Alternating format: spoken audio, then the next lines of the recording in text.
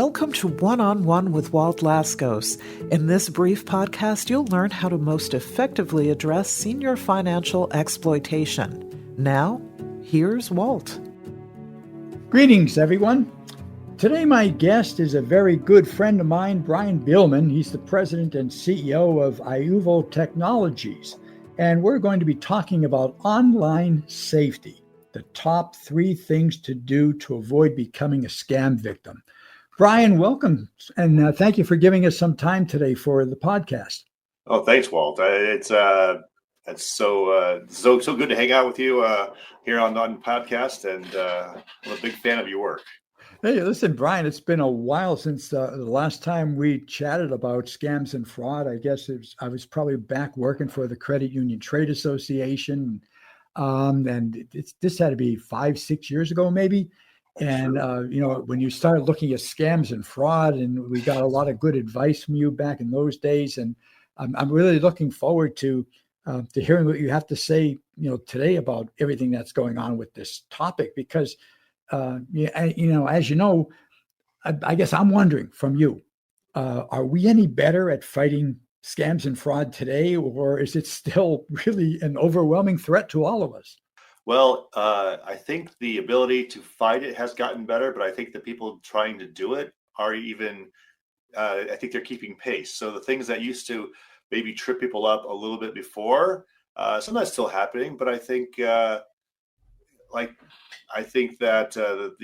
scammers are getting more sophisticated tools, and likely around AI, for example, that are allowing them to do more with less and get more information on people to make them seem more legitimate. Yeah, and you bring up AI. Well, the last time you and I talked, it was 5 or 6 years ago, whatever. There was no AI at that time. Right. Now, when you get the situation like in the grandparent scam, where not only is somebody calling and saying that, "Hi, Grandma, it's Johnny. I have a cold, so my voice, it might not sound like me."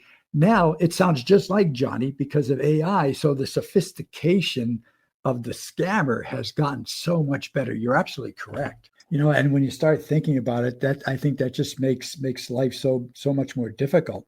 There are multiple things that we need to ensure we're doing while we're online, not just in the way we behave online, though, but also in the way we use our laptop or smartphone and how both of them are configured.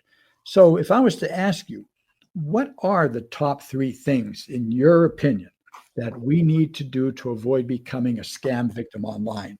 What would those 3 things be? Well, okay, I'm going to start off with some basic stuff. Well, I mean, the first thing, and this is actually with relatively new experience, and so believe it or not, I think not everybody uses an antivirus type program on their computer these days, and this happens.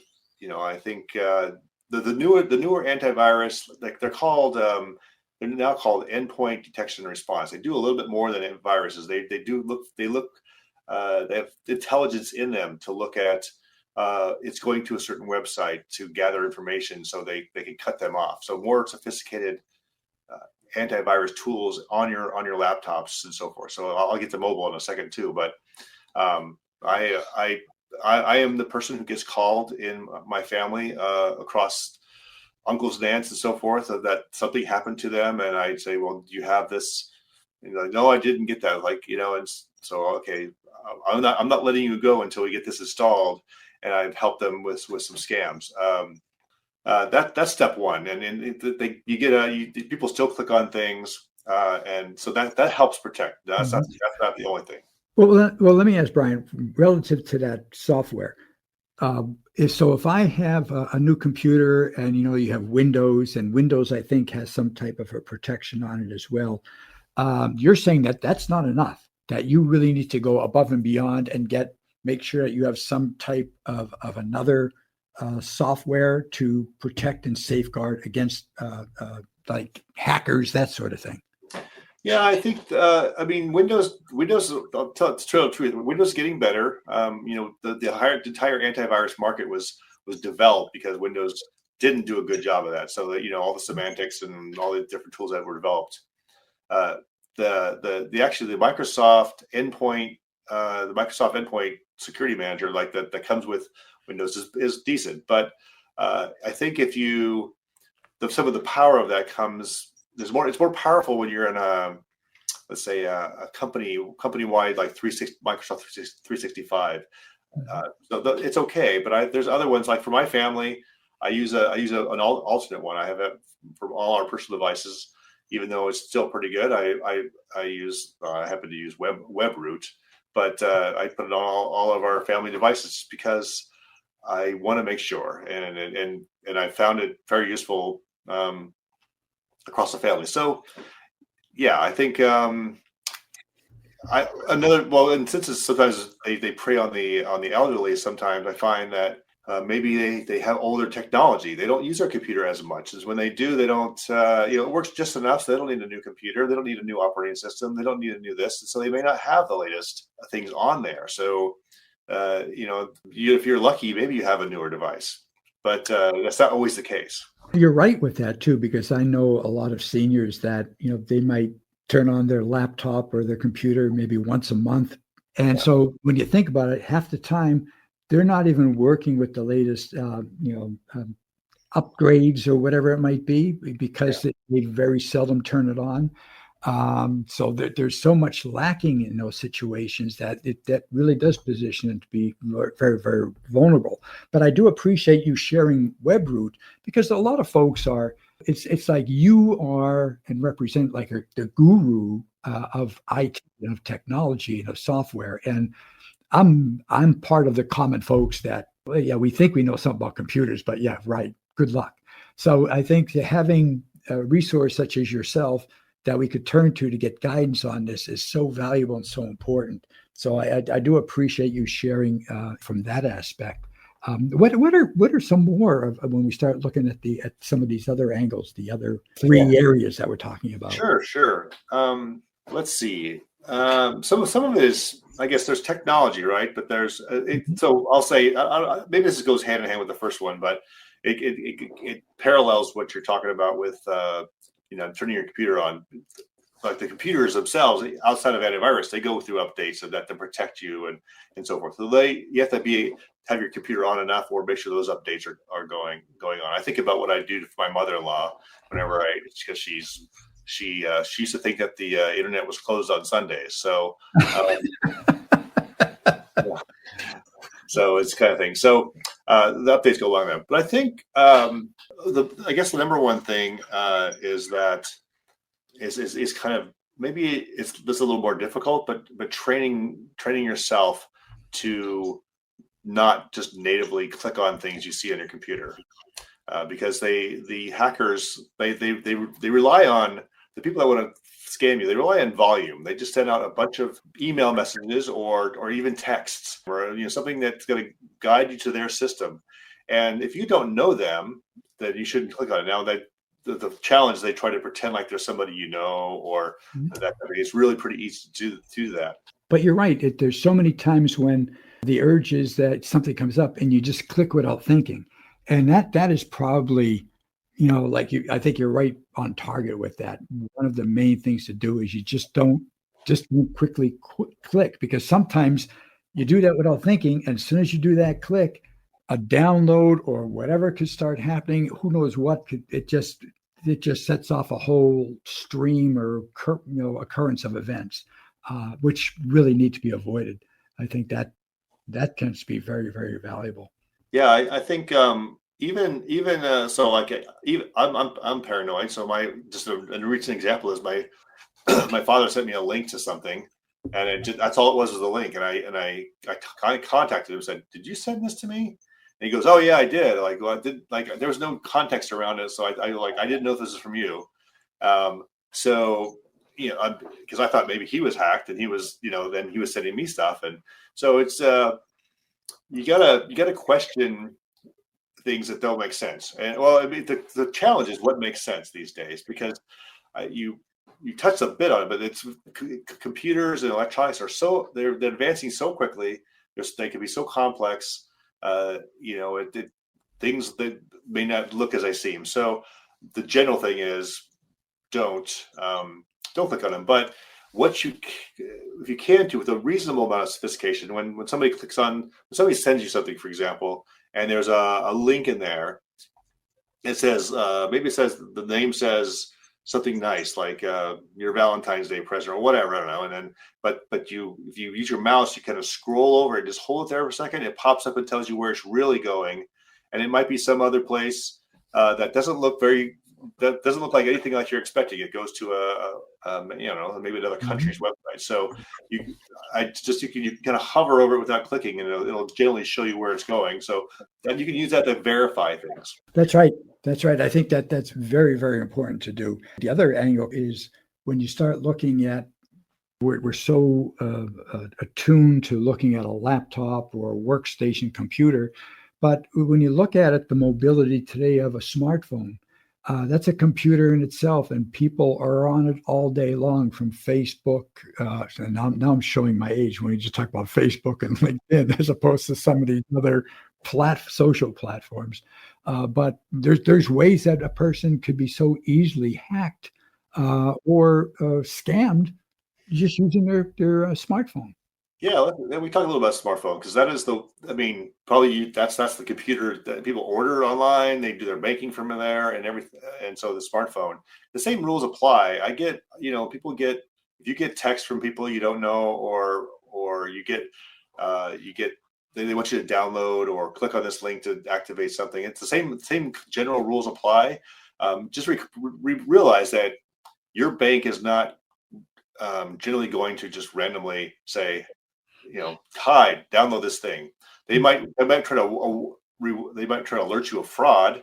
Hey, did you buy this thing? Some good credit cards, for example, will say, hey, did you buy this? And then you can say yes or no, or that's usually the interaction. They don't usually say, we detected something bad. Please download this form and answer these questions and put your information. If you get those type of things and you're concerned, call your bank. Call the bank on the back of your credit card, not the number they give you in the text. They're gonna. And by the way, the IRS, they never call you. So if you get, especially after 5, if you get somebody from the IRS calling after 5, they're not working. There's no way. So you can just if you are concerned about your bank, or your credit card, or whatever, then just call the numbers that you should call, and don't throw the ones that they text. So we have right now, the antivirus is one of the 3 things to be mindful of, so that you have all those protections in place on your computer or even your smartphone. We also have cited, don't click without thinking. Be very, very mindful when one's on your website or in social media, wherever that might be. So what about a third and final, let's say, top kind of concern or guideline or safety measure that we need to be mindful of to avoid becoming a scam victim online? Oh, okay. I was almost blanking there for a second, but I think I have a good one here, and that is, use different passwords for every place you go. And you go, wow, that sounds like a lot to manage, right? So That's right. What happens is the places that you use, just random bank, or not banks, but random stores or whatever, where your information is, they get hacked, and then they sell that data to whoever get hacked them, sells the data to the dark web, and then so all of your credentials are there for easy for them to buy, to use. And so your information is really as currency. So if you have the same password on every site you go, they have your email, they have your password. They'll try it on everything they can. So if you have a different password for every different site you go to, that only one of those will be affected. So instead of everything. All right. So let me ask this then, because I think I may know the answer to it, but I could see somebody that may be a little bit older kind of freaking out, like, my God, for all the different, I need all these, how do I remember all these passwords? We don't want people to write down the passwords on paper and have it next to their computer or laptop. So are there any tools that an individual could use to help with that effort? There are. There are, and the one here's one example. There's one called Password Safe. It's PW Safe. It's a program you can download. use one very strong password to encrypt like a little application. It can run on your smartphone. It can run on your Mac or PC, both of them. And it can even be shared using like a Dropbox of sorts. But that's what we use in our family. But there's more sophisticated ones. I'm kind of more thinking about the something that's available for the general consumer versus perhaps like somebody in a company where they could have a big license and so forth. Mm-hmm. I think there's another one. There's a couple of other ones out there, but you want to keep them in a secure application so that, and I have my father's older and he uses that. My kids use that. My wife and I share our passwords that way because you really want to have good passwords, and this thing will generate passwords for you. Or I like it too because it also works on my phone. So if you're somewhere and you really need to have access to all of your passwords, they sync up. So it's having that. And I'm going to add to this though is that anything that's really critical for you, like your bank or or that you absolutely don't want to be hacked, you want to have the two-factor authentication.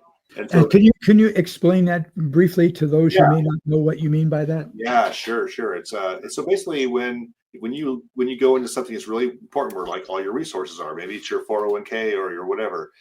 When you log in, it's going to ask you perhaps for a username and password, and then it's either likely going to say we're going to text your phone, and you have to give us a 4-digit code that's on your phone to prove that you are who you are. So if somebody doesn't have your phone, they don't get that second step.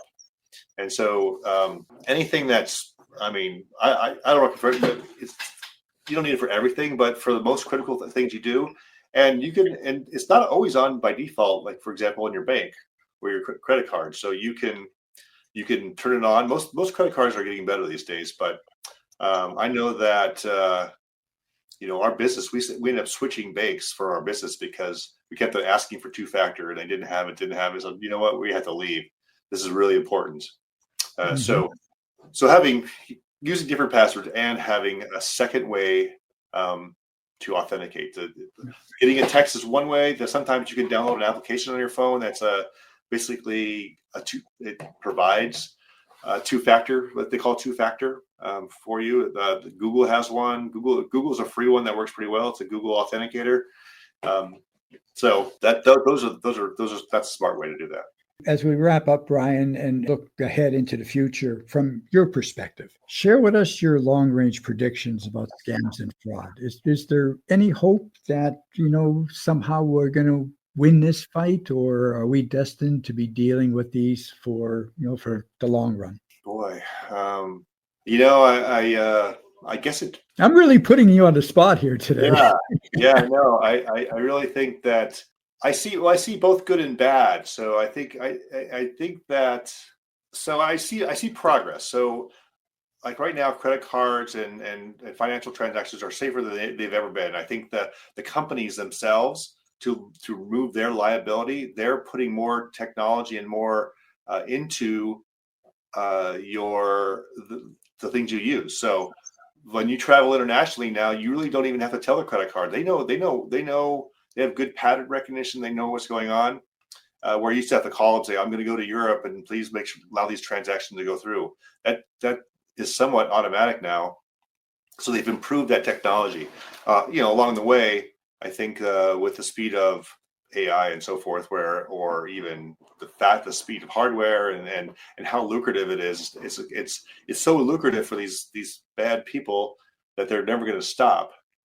But maybe I have some hope in humanity. Maybe that they're maybe we'll have some there's a number of things out there, quantum computing and various things are happening. So maybe I think there's still hope, but I think the right people have to focus on the right way to do it. It's up to kind of the people we rely on to help protect us, and I think we have to let the market. I guess if we say we demand more security, and we're only going to choose the vendors and companies and people we deal with who are doing things securely, then maybe the market will drive them towards. Oh, if I don't do this like my competitor, then I'm not. If I'm not taking care of my customer in a secure way, that'll help, but I don't know if that's the answer. That's just a swag there. I got you. Let's finalize this, because I think it's also important that you share a little bit about Ayuvo Technologies. You're the president and CEO, and also if someone has any kind of questions or would like to learn more about Ayuvo Technologies, what would you say to them? Oh, well, yeah, sure. So Ayuvo we're an IT consulting company. We are the IT department for some companies completely, or for other larger or more complex organizations. We help demystify the technology for them, to help them understand it and help their businesses grow. We have been around for 18 years, and so we've got a great deal of experience in this. Our domain name, you can find us at avoidancwe.com.